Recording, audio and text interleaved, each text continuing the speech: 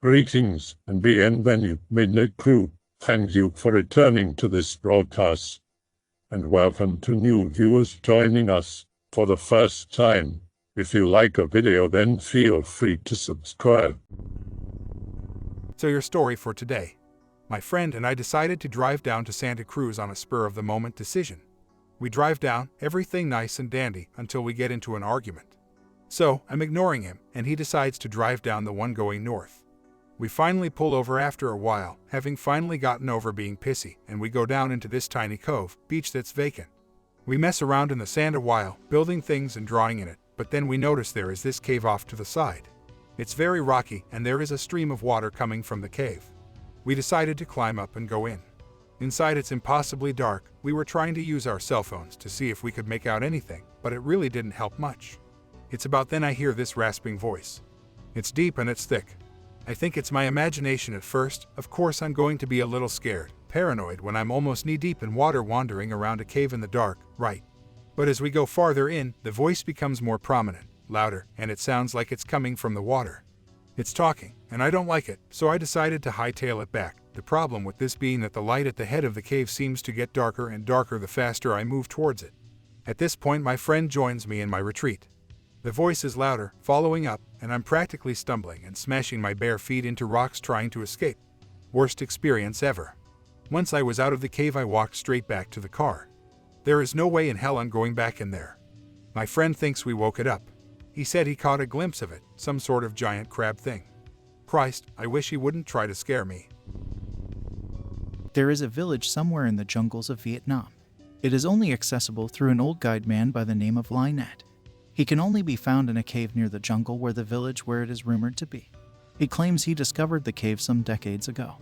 When you first meet him and ask him to guide you to the village, he will ramble and ramble about some insignificant deed he did when he was a child and some story that makes no sense.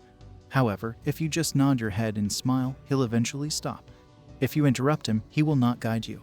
After talking, he will ask you if you have candide. If you have the novella, give it to him. This is the only way for him to guide you to the jungles. Do not under any circumstances question him. After he receives his payment, he will lead you through the jungle. There will be traps and wild animals that biologists cannot name. These animals are dangerous if you get too close to them. If at any time you give a bad impression to the old man that you'll harm the animals, he will simply run off leaving you defenseless with the animals. However, if you are on good terms with the old man, the animals will not harm you. After 3 hours navigating through the humid jungle, you will come upon a small tree with an opening. After that, Lion Hat will leave you. You are free to enter the opening. You enter it and discover it is dark and cold. You can hear indistinguishable noises. After an hour of a seemingly endless amount of steps, you will walk out of the dark path and approach a village illuminated by a strange imitation of the sun. One morning in 1986, Chernobyl's Reactor 4 exploded, spreading radioactive fallout across Ukraine. At least, that's the official story. The true story is one of the greatest cover-ups history has ever known. In the late 1960s, a small group of people discovered a hole in the ground in the Chernobyl area, and, curious, descended into it. They returned and told their friends of an immense underground cavern. A few days later, these people, along with a few additional helpers, packed whatever hiking gear they could get their hands on, as well as some makeshift climbing gear that was comprised of little more than old ropes and small pulleys. The group was not heard from again. After their disappearance, a rescue team was sent to search for them. Only a few members returned to the surface.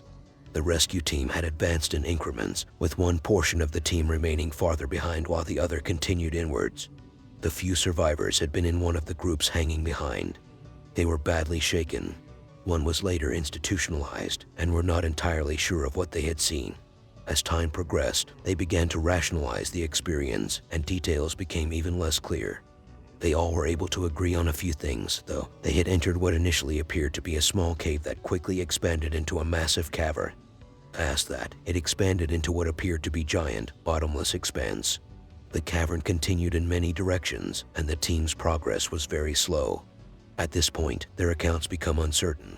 At first, officials thought perhaps they had hallucinated, or were simply shaken by the immensity of the cavern and had become easily influenced by vague impressions and half-seen likenesses in rocks and stalagmites. But some of the details were too coincidental to have been mere hallucinations. Whatever the case, one thing was certain: the rest of the team was dead. If any had survived whatever horrors they suddenly encountered, they were far beyond help inside that chasm. Construction of the nuclear power plant began in 1970. The plant itself was operational, including Reactor 4. Underneath it, however, the Russian military was establishing a bare-bones base of operations to explore the vast expanse that had been uncovered beneath the area. Over the years, the space became better equipped, and expeditions began to push farther inside the cavern. It was eventually revealed to be a massive network of deep chasms and caves. Some were so deep that the military had yet to find a bottom. Details were wisely hidden from the public. Despite the training given to exploration teams sent into the network, and despite the fact that the teams sent in were progressively more heavily armed, many people still disappeared inside the network. Details are fuzzy, but it is apparent that some were lost in the network's vast expanses. Some fell to their deaths. Others were trapped or lost on treks into unexplored areas. Others still died more questionable death. Very few corpses were recovered from disastrous expeditions, and some that were brought back were damaged in such a way that suggested mauling. Stories abounded of explorers being taken by vaguely described creatures. Morale was maintained on the base, but barely, or at the cost of mental stability. However regular proceedings were within the base, there were always whispers in dark corners of indescribable expanses, strange architectures, and things, movements, viewed out of the corners of eyes. Over the years that the base was in full operation, many things were taken from the network. It was officially named such in 1975, the name obviously stemming from a burst of subtle creativity on the part of the Soviet military. Over the years, photographs and accounts of some of the data recovered from the network have been leaked, particularly after the dissolution of the Soviet Union. A number of artifacts, some appearing to be ancient, were taken back to Chernobyl from deep within the network. Rumors of these objects are not entirely common, but there are stories of ancient urns and containers with bizarre carvings on the side. Some are supposed to still contain substances, though some of these materials have not been identified, even by modern equipment. Other stories involve tomes and manuscripts written in unknown languages, some written on what appears to be now petrified human flesh. Others still are photographs of bizarre and clearly artificial architectural features sticking out of the rock. Some feature bas-reliefs of strange rituals and even stranger creatures. Oddly, the depictions on the relief match some of the unsettling tales of violent and deadly encounters that explorers brought out of the network with them. One strange and highly classified report was leaked in the early 90s. It involved what almost looked like a small temple surrounded by paltry stone dwellings. Photographs show the temple walls covered with depictions of sacrifice and of terrific acts of violence. Some have been damaged by time, while others are inconceivable in nature, depicting bizarre worship and vague acts of what can only be described as transformation. No organic remains were found nearby. In the center, however, is a strange mechanism that appears to be a door of some sort. There are photographs of explorers working various parts of the stone contraption, and even of a cracked door, nothing but inky blackness beyond the gap in the stone. What follows are a few blurry pictures showing movement and splashes of unsettling colors, and pictures of explorers bearing bizarre wounds. Others still have been dismembered or disemboweled. Large portions of typed reports are missing, but what does exist chronicles the discovery. After the date stamped on the more disturbing pictures, the report indicates that exploration of that particular area ceased, and a stern warning that the temple was never to be opened again. In late 1985 divided by early 1986, a series of incidents took place at the base. Disappearances of personnel inside the cavern spiked suddenly, and there were even a small number of security breaches within the base itself. Details of these incidents are highly classified and guarded by the Russian government to this day. However, it is believed that organic matter was recovered from these breaches. Mental stability plummeted among explorers returning from deeper and longer pushes into the network. In April 1986, reports indicate that there was a sudden and urgent recommendation by some of the officers at the base that the network be sealed off from the outside. On April 26, the Soviet government demolished Reactor No. 4, seeding the blast with radioactive material. The entire region was seeded and later evacuated. Reactor 4 was sealed in a concrete sarcophagus on the surface. Underneath, many of the military base's functions were shut down. Barriers between the surface and the greater network were erected. There is still believed to still be a small presence at the base below Chernobyl, and it is speculated that periodic expeditions are made into the network itself, though these are thought to only be of areas already documented and near to the surface. No deep treks have been made in years, and some areas deep inside the network underwent hasty demolition to seal them from known passages to the surface. My relative was an engineer for the Army back in the 50s. He held top secret clearance and to this day refuses to discuss almost any facet of his work at all to any members of our family. One day I did manage to pry a bit of information out of him. So he gets this assignment out of nowhere. He shows up to rendezvous and is blindfolded and put into the back of a windowless van. They start driving him, he reckons for about 12 to 15 hours, but if you've ever been deprived of any of your senses for any period of time, you know how time can get distorted. Anyway, when he gets out, he's in an enormous, he said he couldn't see any walls or ceiling for as far as he could see, presumably underground cavern. His escorts waste no time in taking him to a tent a few hundred feet away. Inside is a piece of machinery, with which he was supposedly an expert on, hooked up to a small, ragged piece of metal that had the thickness of tinfoil. He moves up to inspect it preliminarily and is surprised to find it incredibly light, almost weightless. He tries to bend it and it has the rigidity of titanium. Needless to say, some strange shit was going on. So he moves on to the machine, which is what he was brought to inspect. This machine, I don't know what it is exactly, the technical aspect was lost on me, essentially reads that on one side of the metal, sound has perfect, 100% transmission. On the other side, 0%. He tells his superiors, quite dumbfounded by now, that the machine seems to be working perfectly but that something must be wrong. They thank him and escort him back to the van and to a long, blindfolded ride home. As he is leaving, an alarm goes off and in the distance he sees a group of armed men in full chase after a small, child-sized something moving very fast. I, for one, don't believe we're alone. I don't have any pics, but I got one. But it's not a town local things, but myself, and my cousins Robbie and Jessica would swear to it. So as I was saying, my grandmother used to have sleepover during the summer for different age groups, until the age of 16, and still does for the younger kids. So I'm 15 and I think, man, it's a nice night. I wake up Jess and I'm like, hey, wanna go to the creek? We live in Tennessee. And she looks out the window and goes, sure, so we grab some flashlights and we walk outside and Rob's out there smoking a cigarette. He's like, what's up? She grabs his cigarette and puts it out and starts bitching about how Grandpa died of lung cancer. I bum one from him and she's like, WTF, Joe? So we started walking down to the creek with Rob. It's about half a mile downhill, and we got these industrial flashlights so we could see everything because of coyotes. I also brought this knife my Gramps left me in his will. We started walking down the creek, just talking about stuff, and we found this cave entrance a little ways from the creek. Robbie figured it was maybe part of a mammoth cave, so we are like, why not? But Jess doesn't want to go in, so I'm like, fine, stay here in the cold, wet, dark, damp ground. Oh, BTW, if any coyotes come around, just play dead. He will only bite a little. So she comes in with her grabbing my arm like a vice. So we are in there like 30 minutes. Maybe going like this is awesome, even Jess is calming down. And we hear a whistling sound come from behind us. Again, Jess is on my arm like a vice. I pull out the knife and Rob's like, dude, it's just the wind. So I put it away and say, okay, but we should probably be heading back, and he like, nah, let's keep going, and Jess is like, yeah, I don't feel like going back now, and I'm like, fine. So we walked and find this fork in it, we go left, then we came to this huge area, like a school gym almost in size, and we are like, cool. So Rob is like, dude, we need you to throw a party down here, and I'm like, hell yeah, so we keep exploring, and in the gym, we find 3 new entryways, and we chose one, and go, forgetting completely to mark the way we came. So again, we are walking for about 20 minutes. And there is this drop, about 60 feet, into water. I throw a rock down there and hear a splash. So we are like, "'Kay, I guess we should turn back."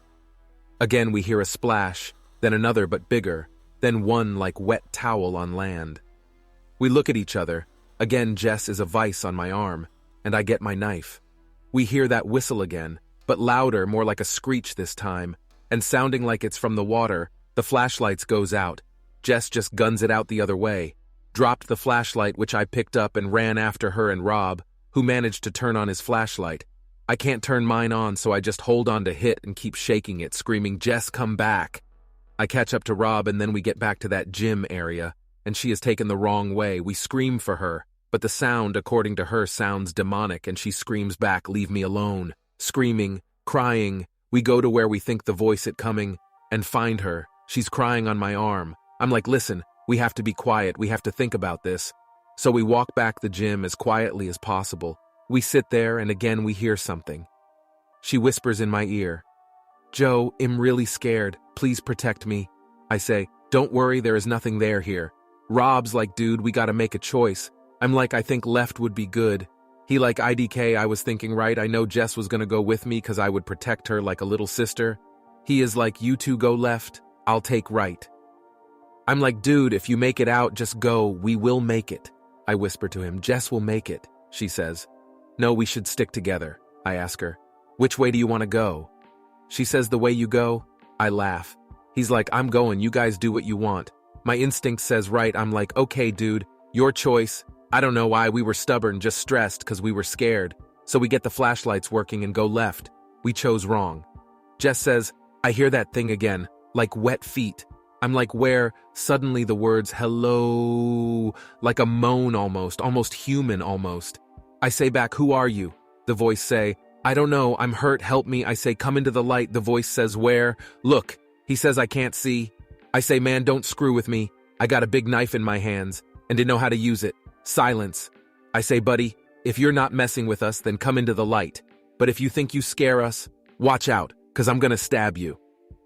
We walk back to the gym, and she's like, "We need to go." I hear that voice again. "Where are you going?" I say, "Jess, run." She light, so she runs. I'm pointing the light everywhere, and I say, "Listen, asshole, I don't know who you are, but if you come near me, I'm going to kill you." He laughs. "That's not cool, man," he says. I turn off the light and throw it to where I thought his voice was.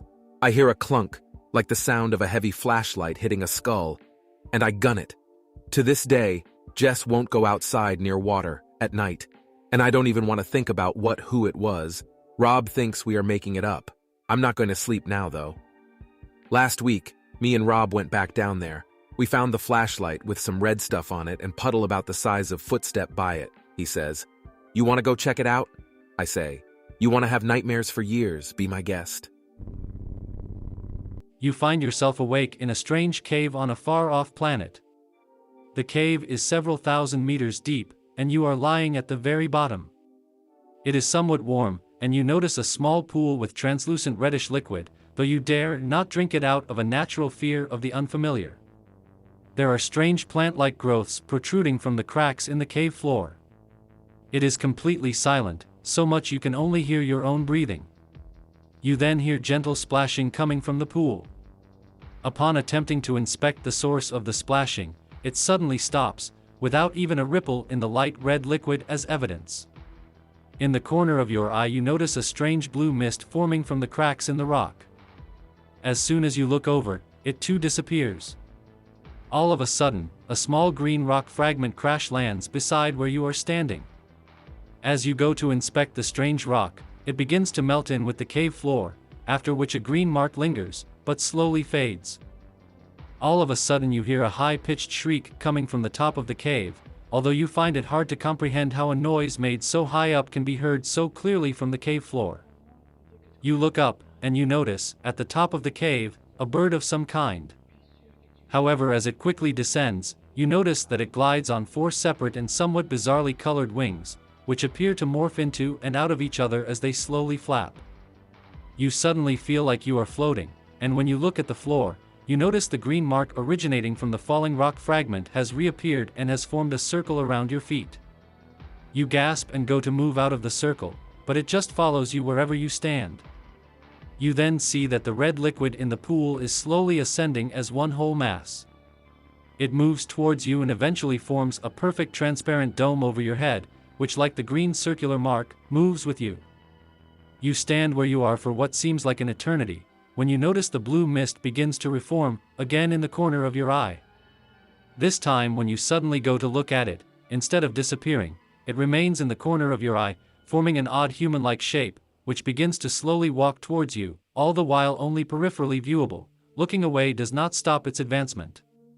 Just as the blue mist reaches you, it suddenly disintegrates into millions upon millions of tiny spheres, which suddenly become completely viewable, after which they completely fade out of existence. You suddenly hear a loud yell which sounds like it's reversed. You suddenly turn around and see that the bird-like creature is standing right there. However, you automatically realize that it is not a bird at all. It has 4 wings and fire where its body would be, a fire that burns in slow motion. You can't tell how, but you know it is looking at you, with an expression as if to say, "I know why you're here. Do you know why you're here?"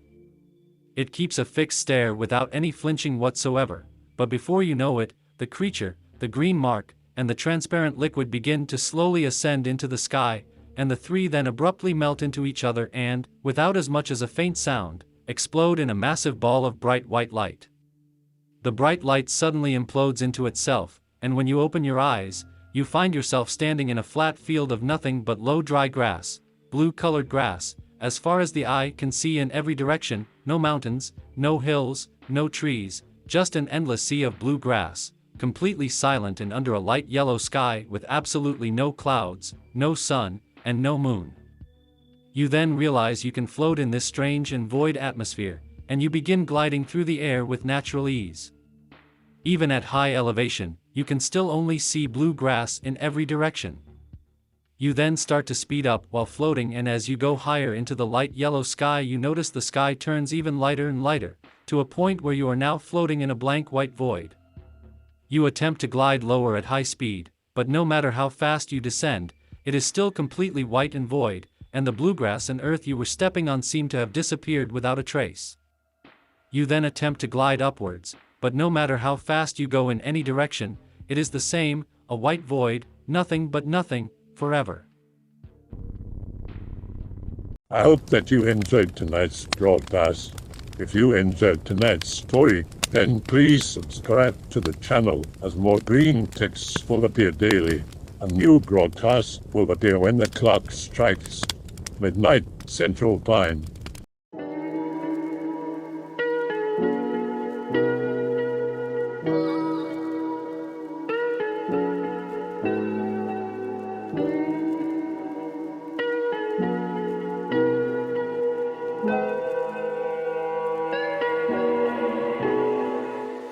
Remember to check out the Odyssey page in the description for a second archive of the channel's videos.